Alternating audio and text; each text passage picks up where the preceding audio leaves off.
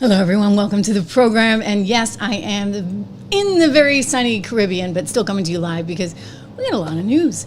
We got a market sell-off going on. I think it's kind of overdone. We're going to get into that. We're going to talk about Stacey Abrams. We're going to talk about Snow White's premiere getting canceled. Yeah, over in the UK. What do you think about that? Anyway, beginning first, it's good to see you all. Beginning first on the news coming to us about one Georgia representative, that would be Stacey Abrams. Stacey Abrams in increasingly a whole lot of trouble here, and it's in part, shall we say, self-inflicted. This is self-inflicted because you see Stacey went on to that lovely little network that works for the Democrat Party, MSNBC or MSDNC as some like to call it. Anyway, she went on the network and she started talking about that $2 billion that she was given in that sort of, I guess, what would you call it, an NGO that they were putting in place for climate change initiatives, and she went out and spent the money on new appliances for people to show and prove how you could use green energy. But the concern now, and this is coming from Lee Zeldin at EPA, the concern is that Stacey may have actually been trying to buy votes. And she may have been using your taxpayer dollars to do it. Just to familiarize you again with who she is, this is the woman who was praised by the New York Times when she didn't win governor of Georgia, and they put her on a New York Times cover, and they were proud of her, and she refused to give up the race, and she refused to concede, and somehow that was admired, just to kind of point out the double standard going on. Anyway, Stacey Abrams now in big trouble, under fire for this.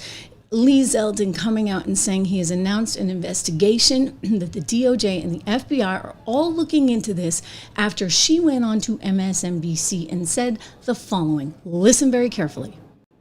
One of the ironies of the attack on you, and I'm going to play what he did, was that my understanding is the program at the source of this whole thing is a program to lower costs for people. Do I have that top line correct?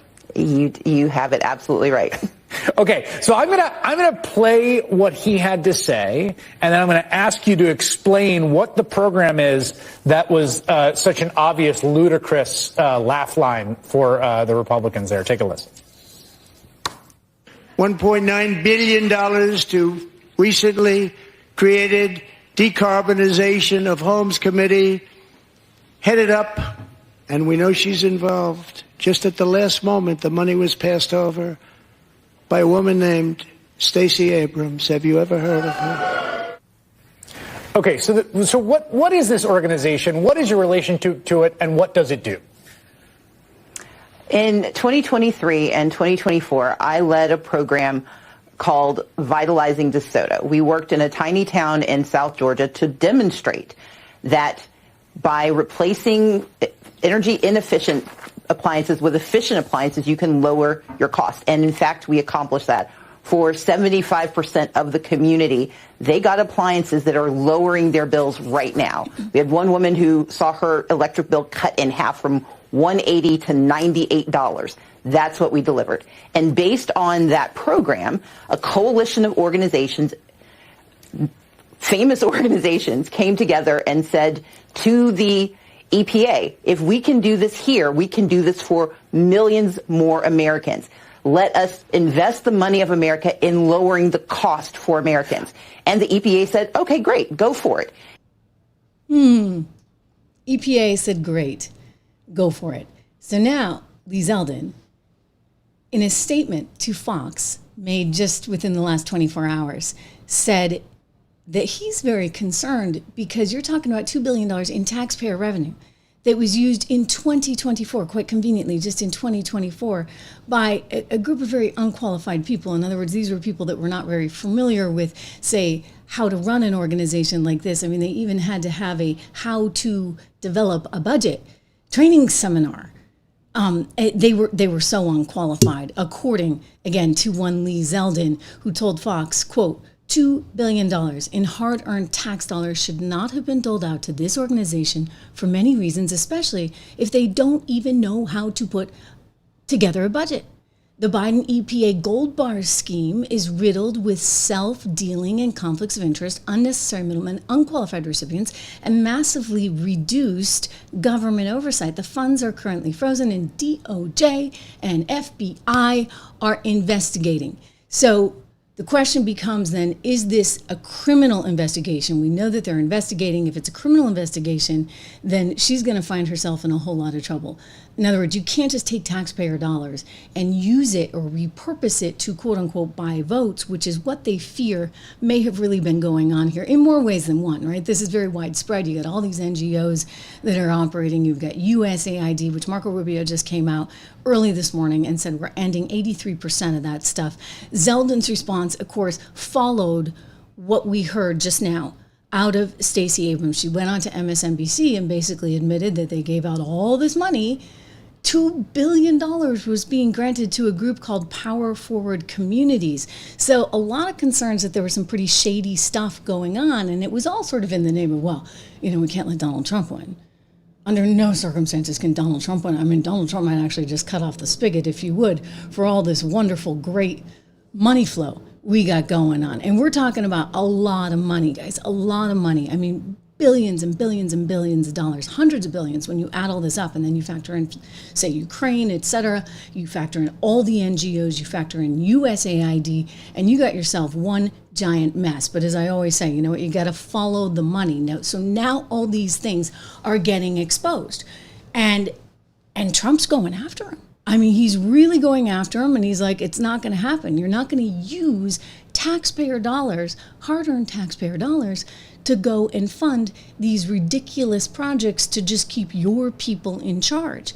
And so this is all coming out right now. For example, this one right here, this was amazing. You had these pop-up, we can call them pop-up companies, pop-up NGOs. Truly amazing, guys, because you didn't really have to have sort of any real qualifications to get these things going. This is Climate United Fund. I'm just showing you the tax return here. If you're looking at the screen of a pop-up NGO shell like Climate United, where you had Biden's EPA chief, Michael Regan, along with Kamala Harris. Michael Regan, no relation to Trish Regan, thank you very much. He gave $7 billion total to this suddenly created, I mean, that's the most ever, okay, Climate United Fund. And it happened in spring of 2024, April 2024. Do you think that time is just a little bit peculiar? I do. It launched just 5 months earlier in November of 2022 when its tax return showed it had a little tiny $547,000 worth of revenue. And it spent $451,000 of that $547,000 in just 2 months in 2023, a quarter of that on legal fees, the majority of the $323,000 mysteriously going to, well, people don't know because the tax returns don't actually say. So this is $7 billion in your tax money that's going to various places, various states, including this Power Forward Communities that was linked to one Stacey Abrams. So, this is obviously major concern. I know they're investigating it right now, but I'm just looking at this saying, I think that there's more there. And this is likely going to, in my estimation, turn into some kind of criminal investigation because you're taking people's money, repurposing it for political purposes. You're doing it to keep a particular administration in charge. Here's Jesse Waters, my former colleague at Fox, on the subject just the other night. Found that when Biden announced he was giving out money to fight climate change, Democrats and donors with ties to Biden and Obama lined up for grants. Some of them even formed new nonprofits right after they heard about the climate cash. Stacey Abrams was hired by a group called Rewiring America. Then they were awarded $500 million in taxpayer money. Ari Matsuiak is the CEO of that same organization. He worked in the Obama administration and donated thousands to Kamala. Beth Baffert is the CEO of the Climate United Fund, which got $7 billion of your money. $7 billion. Beth worked for the Obama campaign and White House earlier in her career, but told Primetime there's no relationship between Climate United and any political party. I'm sure of it. Richard Kaufman also worked for Obama, and he's a big-time donor, big time. He sent over $500,000 to Democrats. He got a good return on his investment, though. His group, Coalition for Green Capital, got $5 billion. Oh, but they say they're nonpartisan. The Opportunity Finance Network was awarded more than $2 billion. Their CEO, Harold Pettigrew, who got the job months before the grant's application went public, worked under Biden. If you want to get rich quick, start a nonprofit. Basically, the government-funded NGOs are a way to do things that would be illegal if they were the government, but are somehow made legal if it's sent to a so-called nonprofit. But these nonprofits are then used to people cash out these nonprofits. They become very wealthy through nonprofits. They pay themselves enormous sums through these nonprofits. And how many NGOs? I think there's a total number of NGOs, probably millions, but in terms of large NGOs, tens of thousands. If Democrats were really concerned about climate change, why are they funneling cash to all their friends instead of just sending it directly to solar and wind companies? These people can't figure out how to run a company even with free money. Biden gave a solar panel company, Sunnova, a $3 billion loan. And now they say they're about to go bankrupt. Why'd Sunnova get the check? Well, it doesn't hurt that Sunnova's director served on a board with the head of Biden's energy loan program. Joe basically made a big mess giving our money to his friends and didn't lower the Earth's temperature a smidge. Now it's time for the Trump team to prosecute graft and get us a refund. Yes. Okay, yes. And so that's where Stacey comes in. That's where a whole lot of people, you heard him mention a whole bunch of big donors to the Democrat Party. It's like, okay, if you have a friend in the Democrat Party close to power, if they know Kamala, you might be able to get this green energy windfall. I mean, this is an insane amount of money, guys. Again, this is the largest we've ever seen on record, $7 billion, two of it going to one Stacey Abrams. That is messed up. That is messed up. And things, we thank Doge for the work they're doing on this, and it's got to get exposed. I mean, you shouldn't be relying on government so heavily. This is something that came out actually in my friend Maria Bartiromo's interview with Donald Trump over the weekend. And he was basically pointing out we shouldn't have an economy that is so reliant on government, right? If you do that, what are you? What are you? You're communist, you're socialist, you might as well be the USSR. If the government is the one controlling everything, picking the winners and losers, giving out $7 million, billion with a B, that they've taken effectively from stolen. I mean, if you ask me, that's stealing our money. If you're then pouring it back into your political cronies, causes to nowhere. And that stuff has got to stop. And so this is why you saw just moments ago, Marco Rubio this morning coming out and saying, hey, you know what? The USAID stuff, that's done too. He's slashing 83% of all the money that we are giving out all around the world. Here is what he tweeted. I want to share it with you guys because this is a big deal, okay? He says, after a 6-week review, we officially canceled 83% of the programs at USAID. 5,200 contracts that are now canceled, spent tens of billions of dollars in ways that did not serve, and in some cases even harmed the national interests of the United States of America. In consultation with Congress, we intend for the remaining 18% of programs, we are keeping approximately 1,000 to now be administered more effectively under the State Department. Thank you, Doge, for all your hard work. For those of you that have been working long hours to achieve this. In other words, let's save the people some money. Let's keep the money in the hands of the people. Again, going back to what Donald Trump told my friend Maria over the weekend. Listen in. Well, I want a dynamic country where the private enterprise carries the day, not the government. And I want a strong country militarily. We need that nowadays. You can see that probably better than ever before. So I rebuilt our military. A lot of it was given away to Afghanistan, but it was a lot, but a very small portion, in all fairness. But when you think about the billions and billions of dollars that was just handed over, but I rebuilt it. We're going to be rebuilding it again because we need that. We always need that. But we're doing a series of incentives, tax incentives and other things. The tax bill, I think, is going to be very important. The Democrats will fight us all the way. One thing I learned the other night, again, I could say, because it's my 5th such speech. And at the beginning, I said, I didn't know it was going to be as pertinent as it turned out to be, that no matter what I do, this group of people in front of us, I could come up with the cure to the worst disease that the world has ever seen. I gave other examples. I said, no matter what I do, they're going to sit there angry, insolent, you just see it. I mean, you see it, you can feel it. No matter what I say, no matter what I do, no matter who it is, they won't stand, they won't applaud, they won't clap. They'll just sit there with sour faces. And that's what they did. And, you know, it was interesting. I said, I wonder if I should put this in, but it worked out to be true. And I think by putting it in, I showed that it was true.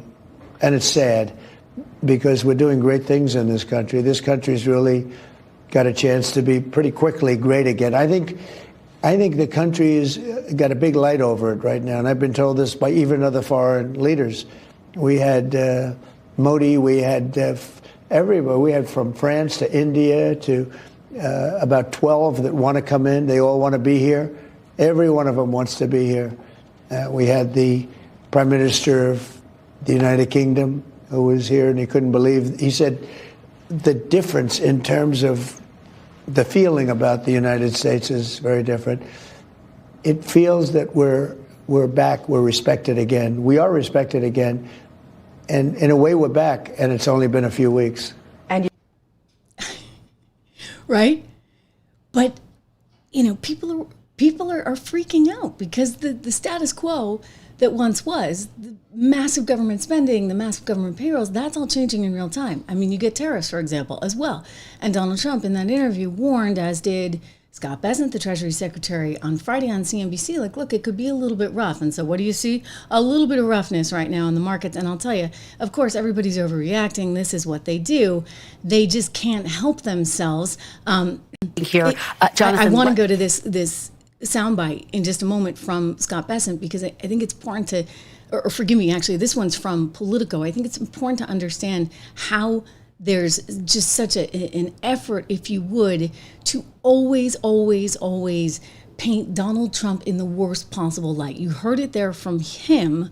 And now if you go over to the media today, if you watch the financial media, if you watch the political media, they are just swept up in this idea that somehow we're heading straight to recession because of tariff policies, et cetera. By the way, thank you, Harmanon. Thank you for your generosity, and thank you, Spirit-Filled, as well, for your generosity. Let's listen here to the Politico bureau chief. Politico, remember they were the ones that got $8.2 million for their Politico subscriptions that every government person somehow had to have in 2024? And you wonder why Joe Biden and Kamala Harris were getting such positive, I'm telling you, like these things are related, such positive coverage nonstop that Donald Trump was the enemy.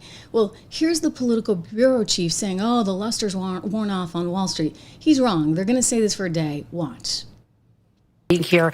Jonathan, let me kick it off with you. Yeah. After this week of whiplash over President Trump's tariffs, you heard his Secretary of Commerce, Howard Lutnick, basically defend the strategy. What do you make of where we are right now? And did the Commerce Secretary say anything that will calm markets tomorrow? Lutnick to Wall Street. Get used to it. It's going to be week to week, in some cases day to day, or even hour to hour. This tariff regime, some are on, some are off. Look, I think this was the week, Kristen, that Wall Street woke up. And Wall Street snapped out of its denialism. There was a sense, I think, among a lot of investors in the aftermath of the election, when they were riding the Trump bump, that we are back. We have a deregulatory, conservative, pro-market, pro-business president.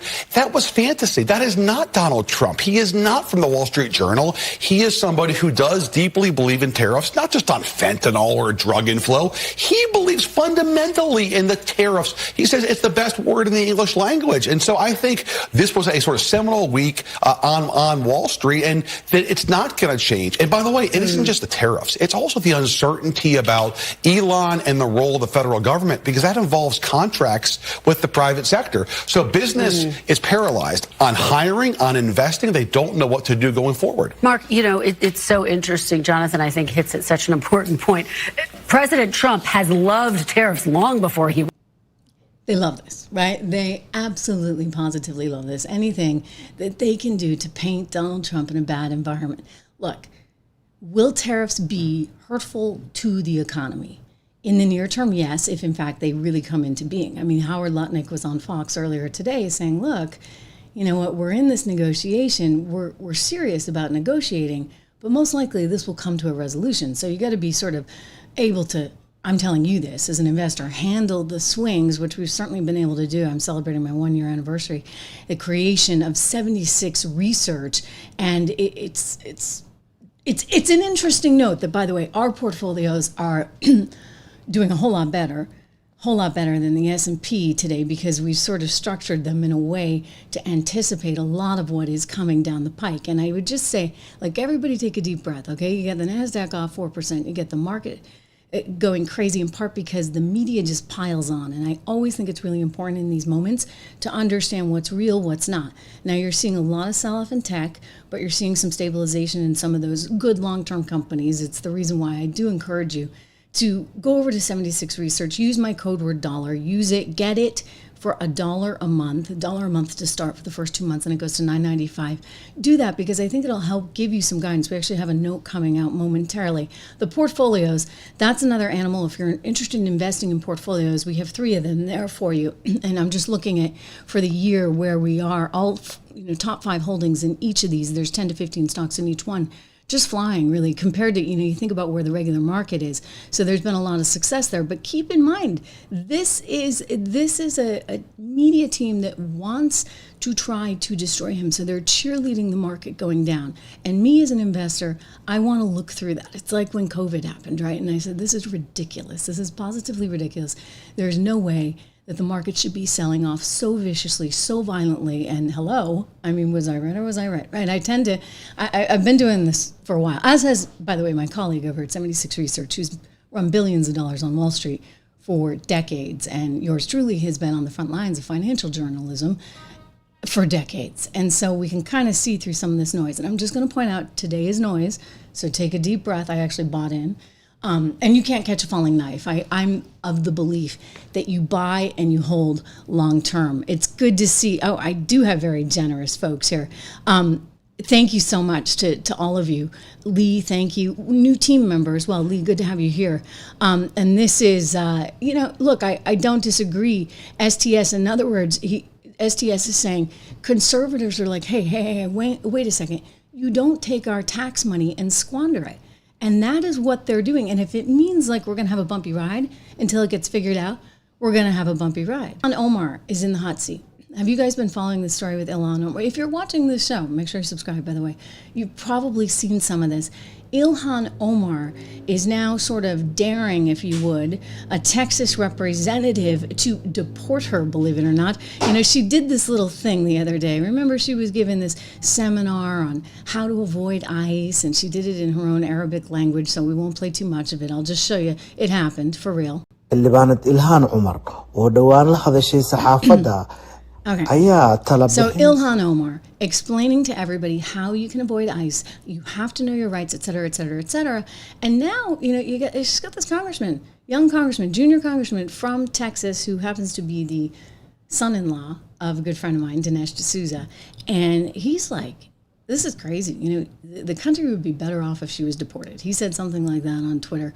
And now it's blown up into this whole thing. And so now Elon is out there on CNN just today saying, hey, you know what? I dare you effectively to do that. She then goes on to call all his supporters xenophobic, racist, etc. Same old drill. This is not getting them anywhere. I want you to see it. And I want you to see somebody else's response. Hang on for that. Here we go. I want to follow up with something else, because we recently had one of your Republican colleagues, Brandon Gill, on the show. He said that America would be better off if you were arrested and deported. He also said that there was audio of you advising what he said are illegal immigrants here from Somalia on how to evade ICE detection. I want you to respond to that. Yeah, I mean, again, these are people who have really stopped caring about our institutions, really stopped caring about our Constitution. We know that folks who are here, whether they are documented or undocumented, we know whether you are a permanent resident or you are a citizen, you have constitutional rights. And it is really important for people to know those rights. I know that phobic and to arrest and deport a member of Congress who he thinks is doing something wrong when I am doing the right thing in trying to make sure everybody that is within my constituency has the resources and the information that they need.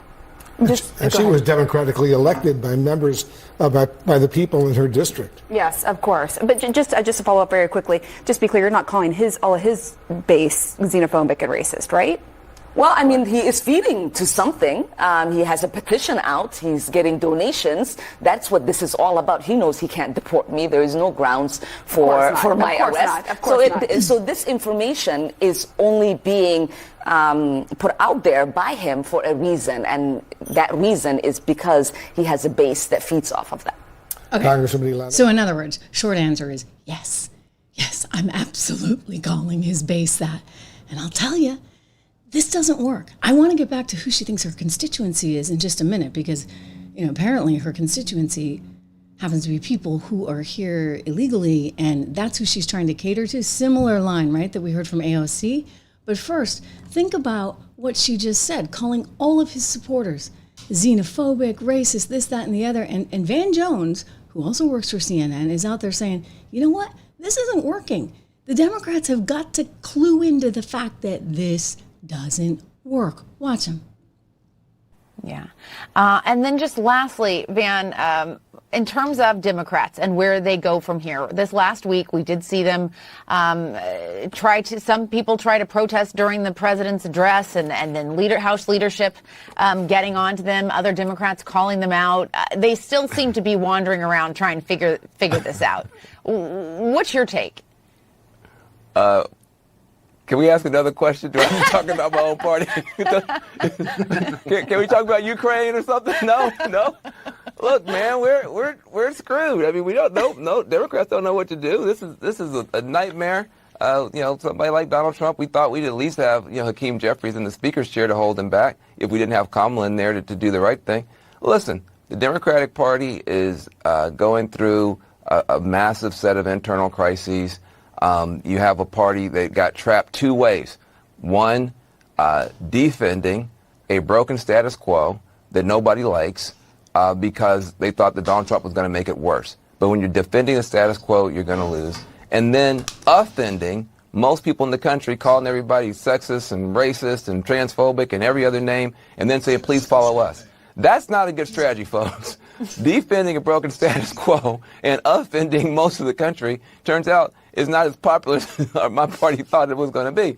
And so it's going to take a while for people to get it figured out. I don't like talking about this. I'd rather be beat up. Can you give me something I can beat up Shermichael about? I don't want to talk about my own party. I know. It's a tough question. Shermichael. Tough question. Yeah, tough question. I'm noticing some of you guys are picking up on some challenges with the video right now. Hopefully we get that addressed.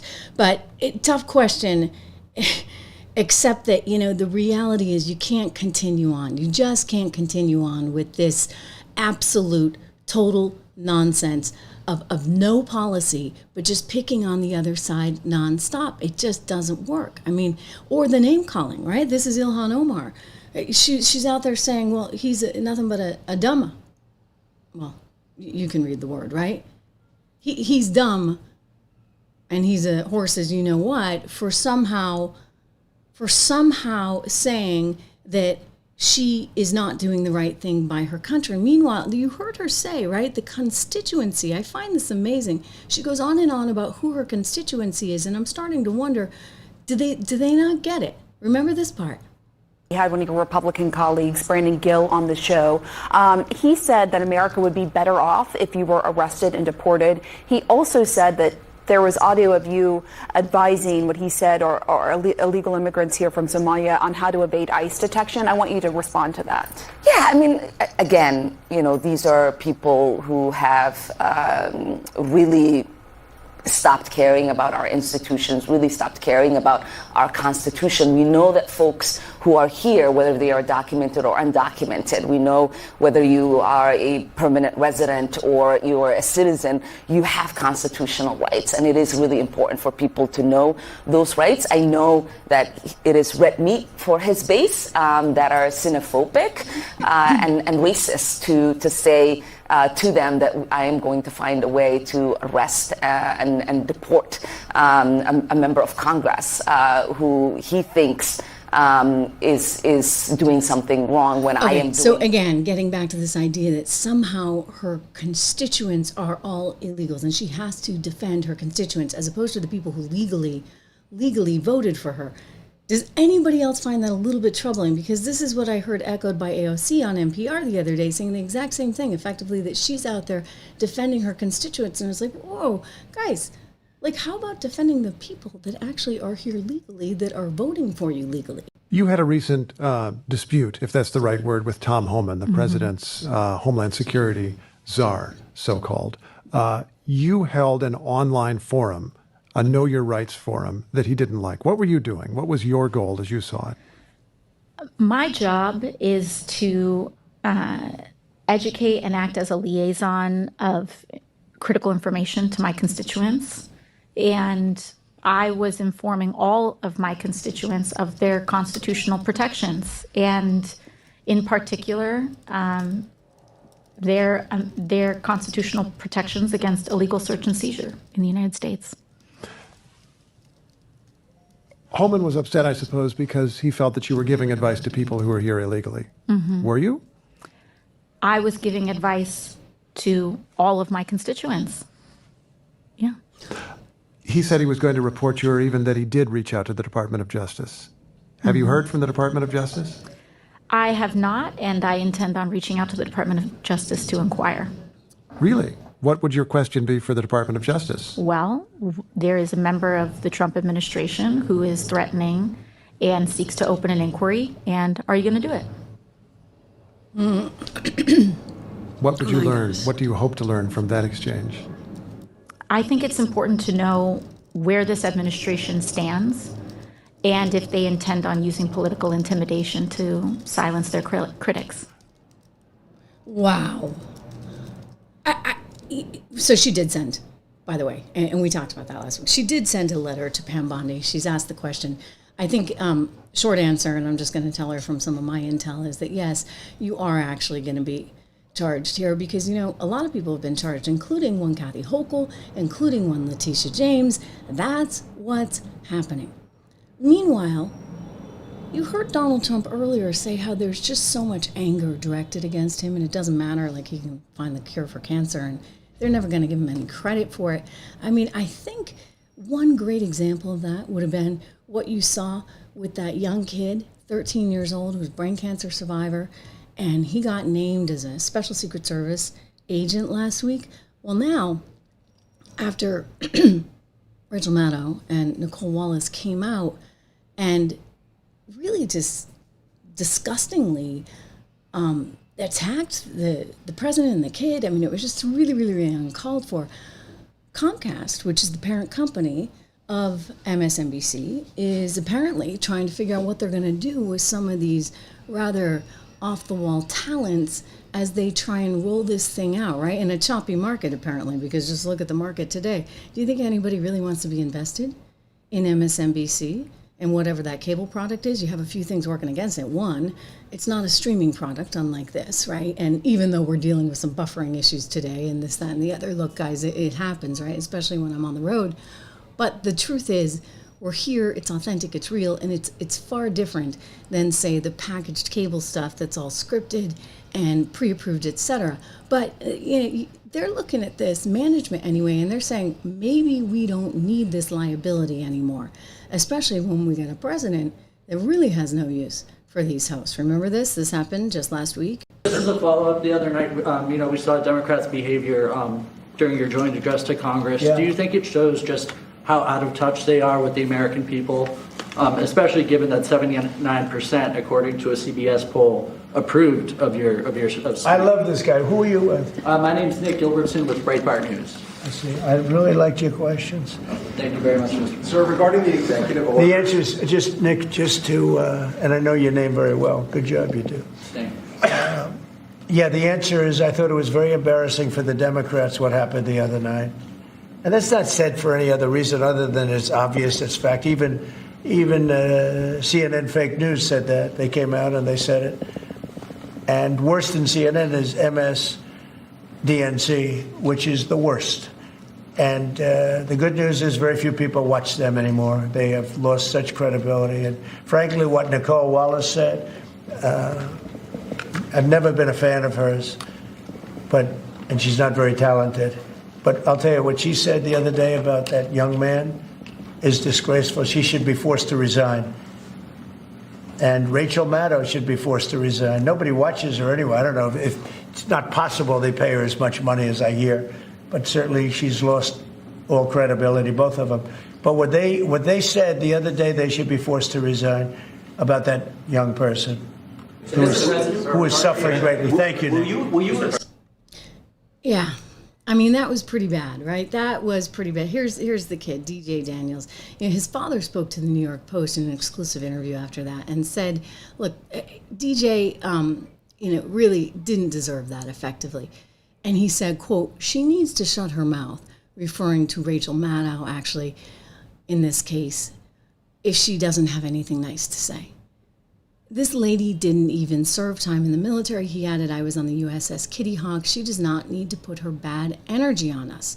She does not need to put her bad energy on us. This is all after Rachel Maddow said this. Take a listen.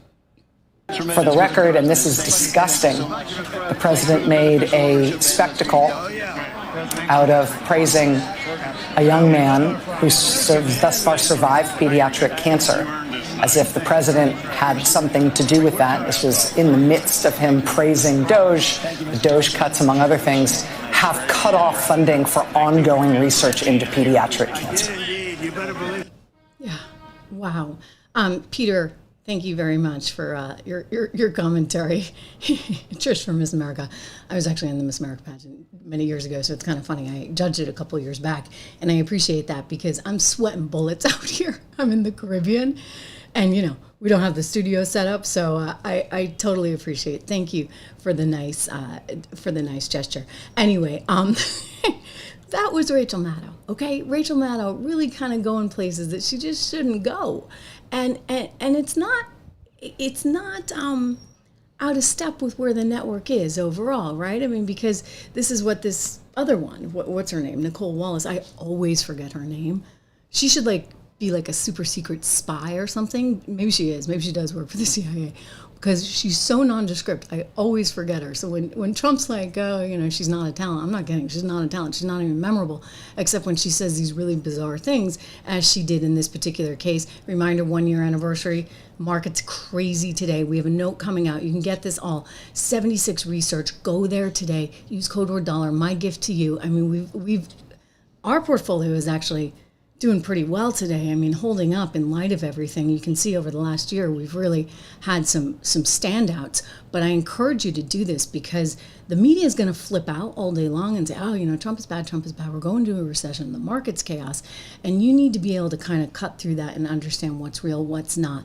And so that's a big part of what we're doing over there. But you think about this MSNBC anchor, okay, Nicole Wallace, and you think about her statement. And it started out, I'm going to play it for you. Maybe you've already seen it before, but I think it's worth listening to even again because she starts out kind of seeming as though she's a decent person. And then it takes this twisted, weird turn. And this is actually what I believe is going to cost her job now that Comcast is taking a look at this and they're saying, hey, do we really need these liabilities, especially when their ratings are not doing well? Her ratings have plunged some 35% since the election on this one particular show. I mean, that's really, really bad. Fox is getting like 3 times the viewers. And even though we know cable's dead, I mean, Fox is kind of the last holdout because I think people are looking at it and saying, okay, well, there's some truth there. I know we don't necessarily have a lot of Fox fans in this audience, but, it is what it is. And I think they're playing the game to a certain extent and at least trying to provide greater clarity. Here's Nicole Wallace ratings looking just dismal. Again, down 35% since she made these comments about this poor 13-year-old kid. If you're wondering what the comments were, here we go. But I think this was a lesson in finding one thing that you let yourself feel. And I let myself feel joy about DJ. And I hope he's alive for another, 95 years, right? And I hope he lives and the life he wants to live. He wants to be a cop. He knows what he wants to do. And maybe when you have childhood cancer, that crystallizes for you. And I hope he has a long life as a law enforcement officer. But I hope he never has to defend the United States Capitol against Donald Trump supporters. And if he does, I hope he isn't one of the 6 who loses his life to suicide. And I hope he isn't one who has to testify against the people who carried out acts of seditious conspiracy and then live to see Donald Trump pardon those people. I'm sorry, that is like a bizarre turn. Like, she does not belong on air. She really doesn't. I mean, that is a terrible thing to say. Like, terrible. I mean, I think even Rachel might have been taken back just a little bit by that. I mean, to try and equate, I'm not even going to use the words, but to equate what she equated with, and this 13-year-old who's a brain cancer survivor. I mean, I'm like, who is she? And I've said this before, I'm going to say it again. You know what? If you don't have any empathy, you really shouldn't be doing that for a job. You shouldn't be in politics either. This is the entire problem with the Democrat Party. They have no empathy for anyone else, only themselves. And they're so power hungry that they keep making the same mistakes over and over and over again. Guys, you're not going to be able to do it anymore. Guess what? Your NGO money is gone, okay? USAID, gone. 83% of all of those programs were just cut this morning after they assessed them over the last 6 weeks. And now, Stacey Abrams, what are you going to do? You don't have $2 billion hanging around to buy everybody new appliances. You guys might actually have to shape up the economy. You might actually have to get people working again. Because the DEI stuff is over, done, kaput. Okay, even Disney knows it. Disney getting rid of its DEI programs, 2 of them they had. Goldman Sachs getting rid of its DEI programs. Boeing got rid of it earlier. And now, the chickens are coming home to roost. I mean, we've already seen with Disney's stock price, and I know, I'm looking at the chat here, I know that Don Baca has absolutely no use for Disney and its stock price because, of course, it's gotten, cut in half over the last 5 years. But now that they've gotten rid of DEI, does their entertainment division stand a chance?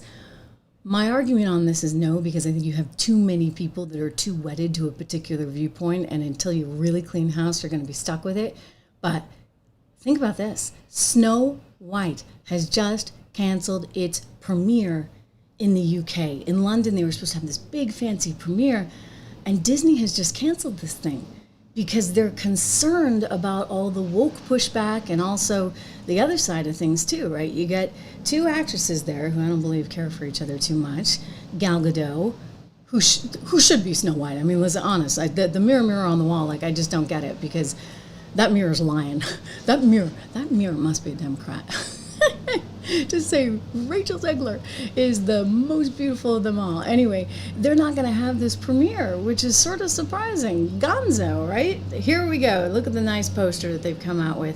And they're canceling it in the UK because they're concerned about people protesting. They're concerned about big problems. And, they may also be concerned about this. I mean, keep in mind that when this thing dropped its trailer, it wound up getting the most thumbs down of any trailer release from Disney ever. I mean, it may be the most ever on YouTube.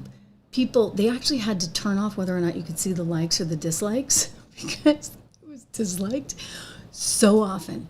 So this has been sort of a hot rod from the beginning. Think back to when the movie was first announced and they made such a big deal about a Colombian woman who's half Polish, half Colombian. I don't even care about this, playing Snow White. That's not the big deal to me, other than the fact that the Queen is way prettier than the Snow White. That really doesn't kind of add up to me. Just saying. I mean, it's really Fantasyland. But they've really been struggling, not just with the trailer, but now the premieres. They can't actually have their premiere in London because of all of this pushback. On top of it, they apparently use so much computer-generated imagery that people are just this is not for me, this is not for me, this is not for me. Here's another. Actually, Daily Mail, kudos to them, they had the exclusive on this story. So again, it's a remake of the 1937 cartoon, and Disney was apparently, according to Daily Mail, quote, already anticipating an anti-woke backlash against Snow White, and so they had reduced the media schedule to just a handful of tightly controlled press events. And so now they're actually canceling that London premiere altogether, and they're moving it to some kind of castle that's isolated in Spain. Huh. interesting. Maybe Rachel Zegler, knowing what I know about some of the viewpoints of Spain, maybe Rachel Zegler has a more supportive atmosphere there, vis-a-vis, Gal Gadot. I actually think that maybe they were at risk of, people, especially when it comes to the sort of pro-Palestine, pro-Israel conflict, coming out in droves against Rachel. That's what they seem to think, and that's why they're moving it to Spain. I'm telling you, this thing is just DOA. It's DOA. They've canceled the premiere. Don't forget, Rachel just annoyed everybody way back when. People thought at one point this movie might not even get finished or be made because they were over budget. And she was out there running her mouth saying things like this. Turn up the volume a little bit. I think it's a little low. Here we go. I mean, the original cartoon came out in 1937, and very evidently so. There's a big focus on her love story. With a guy who literally stalks her. Weird. So we didn't do that this time. So no prince or a different kind of prince? We have a different approach to what I'm sure a lot of people will assume is a love story just because, we cast a guy in the movie. Right. Andrew Burnap, great dude. Yeah. It's one of those things that I think everyone's going to have their assumptions about what it's actually going to be, but it's really not about the love story at all, which is really, really wonderful. And whether or not she finds love along the way is anybody's guess until 2024. All of Andrew's scenes could get cut. Who knows? It's Hollywood, baby. Okay, that didn't go over well, right? Because, classic love story. And suddenly everybody's dumping all over love, and love is kind of the whole reason for being, shall we say, and you want to be able to fall in love with someone. And you don't want to look down on that because, the world wouldn't, without getting too graphic, be able to procreate. So that's unfortunately the mentality of these woke Disney people. But I think it's coming down to really that they have to cancel this premiere because these actresses cannot stand each other. I mean, they really can't. I mean, and, I feel bad for Gal Gadot having to deal with this little, she could have played one of the dwarfs herself, right? This little elf who's there on stage with her. Did you see at the Oscars? They didn't even look at each other. I have a bunch of screen grabs. I looked. I'm like, are they going to look at each other? Nope. Didn't happen. Not once. Gal Gadot towering over one Rachel Zegler, who won't even look at her. So they don't like each other very much. So maybe this makes sense, right? You cancel the premiere. Maybe it wasn't going to get you anything in London anyway. And, these two, they're clearly divided, especially on the issue of Israel. You've got Gal Gadot, who's a former member of the IDF, right? So her sympathies are with Israel, understandably so. And then you got Rachel, who doesn't seem to know, what's up, what's down. And she's 20, and maybe she's 22. She's kind of just been plucked out of a high school musical in New Jersey and turned into this little ingenue, and I mean little ingenue. And so she's this little high school girl who really hasn't had much experience in the world, and she's out shooting her mouth off all day long, to the point where she was actually criticizing not just Trump, but Trump supporters, saying she didn't want them to ever know peace right before the election. I mean, Disney's like, oh my gosh. And then, of course, she's going on and on about Palestine when she releases the trailer to this movie. So you understand, this thing is DOA for a variety of reasons. But I'm just going to get back to this. It doesn't make any sense. They're in their woke la-la land. Because take a look. I mean, sorry. Who are you casting as Snow White? Who are you casting as the evil stepmother? I mean, let's just start there, right? The whole thing makes literally no sense. Reminder, subscribe, everyone, share, all that good stuff. I'll tell you, you know what else is really doomed?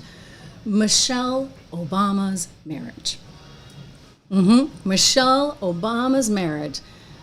I don't know if you can hear this in the background, but there's a boat that's playing YMCA that's going by right in front of me. I don't know if you can hear the music, but it's kind of funny timing. Funny timing, just as I talk about poor Michelle and her marriage to Barack Obama. She's coming out with a new podcast. She's revealing this big new career move. She's gonna join us over in Podcast Land. Oh, she's not gonna stream though. I'm sure everything's gonna be very tightly scripted, very tightly wound.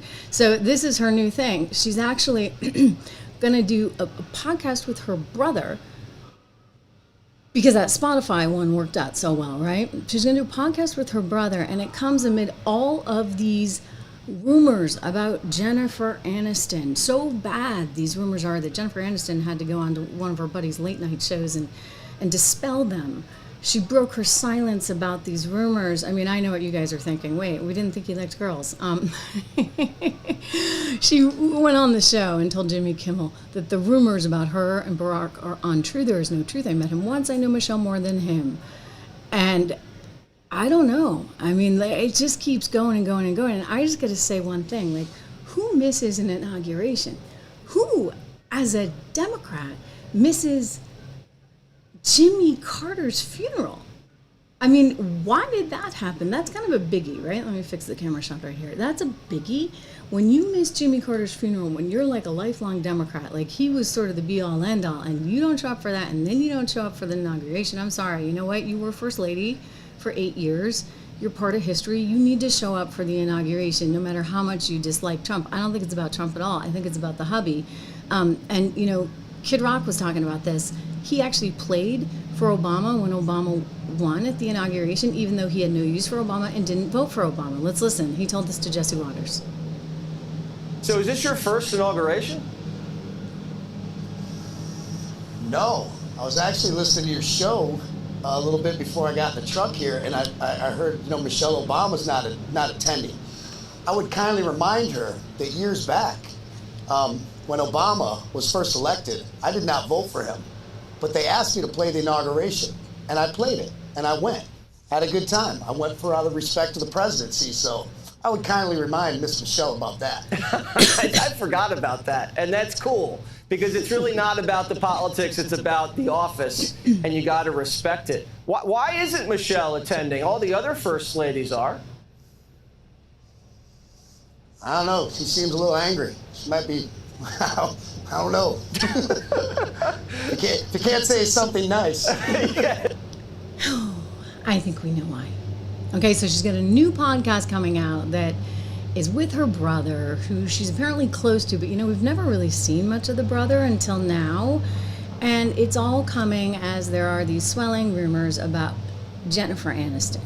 I would just say one thing. I'm going to go back to, it's very, very suspicious that she didn't show up for Jimmy Carter's funeral. There's something going on there. You don't just say, well, I'm on vacation. You find a way. Hey, what am I doing right here with you right now, right? Because we have news. Like, you find a way. You find a way to do the job, Michelle. And for you to miss that one, it tells me that there's something deeply personal going on. I had thought, well, maybe it's an illness, or maybe it's a divorce. And I'm going to go with the latter right now. I think that Michelle and Barack are having big problems. I mean, he said it before. Another failure, destined to fail. It's like Netflix, Spotify. Guys, maybe Spotify's getting it together because, you know, they had their challenges with one Meghan Markle and Prince Harry. But Netflix is still living through this, what was it, like $100 million deal, some crazy deal that they signed with these guys. And they've got a new show for one Meghan Markle that's all about how she is happy making jams and cookies and doing this domestic thing as though she's like some reincarnation of Martha Stewart. Only problem is, like, Martha Stewart actually did that. Really and truly. One of my friends grew up next door to Martha, and like, this is kind of how she always was, right? Like, that was her thing. She really was who she purported to be, regardless of what you think about Martha Stewart, right? And I get that she's super liberal and all that stuff too. But like, that's who she was. What you see is what you get. With Meghan, like, you never know what you're gonna get. Like, this woman is playing a part all of the time.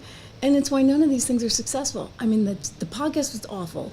You could tell that she was literally reading off a script, but she wasn't strong enough as an actress to actually be able to read as though it was natural. So it sounded scripted. It sounded terrible. And now all the critics are coming out, and one after another, they're saying this is like the worst thing we've ever seen. And it's, once again, because it's inauthentic. So I think Meghan Markle has to like do a deep dive and figure out who she is. I'd recommend Harry do the same thing, and I think he's going to come to the conclusion that he's a different person than Meghan Markle has tried to make him become. Like, he's not as bad a guy as he now seems to be because he's gotten so trapped up in this anger. Really, in this anger that she seemingly has. There was a clip, let me see if I can find it for you guys, of Katie Hopkins recently, and I actually played this on my shorts feed because it just struck me as absolutely, positively diabolical. Diabolical that Katie Hopkins, so she's somebody who's over in the UK, and she's like sort of a political commentator. She's a bit of a entertainment commentator. I may not be able to play it, but she actually said that Meghan Markle wore Diana's perfume. I don't know if this is true, but this is per Katie Hopkins and her sources. She wore Diana's perfume on her first date with one Harry. I mean, that's bonkers. Anyway, the critics are just tearing this thing apart. The father of Meghan Markle is even tearing this apart. He's like, I don't even know who this woman is. Like, she's unrecognizable. She's not the kid that I raised. And I'm just going to say, you know, for Meghan's sake and for Michelle Obama's sake, they should just realize who won the election. It means that woke is out. Normalcy is in. Okay, so we don't have to cut you in. Today is crazy. Like, everything is down. Everything is down. There's nowhere to hide because the media has gone into hysterics. They think that somehow you're going to have just Armageddon coming. And I would just say that, you know what? Betting against America and betting against Trump doesn't work. All right? We've seen that time and time again. It really and truly doesn't work. So for the smart money, you know, they're rethinking everything. I encourage you to be one with the smart money. Go get my investment newsletter. We got an issue coming out just within the next hour. 76research.com. Use code word dollar. You get it for $1 a month. Money back guarantee. So the worst you're at is $1 if you really don't like it. I think you'll like it though. That's our goal, to make sure that you have something for the future. And there's lots of portfolios there to help you do that. It's great to have you guys here. Thank you so much for tuning in as always. And I will be back, hopefully with no buffering on the feed tomorrow.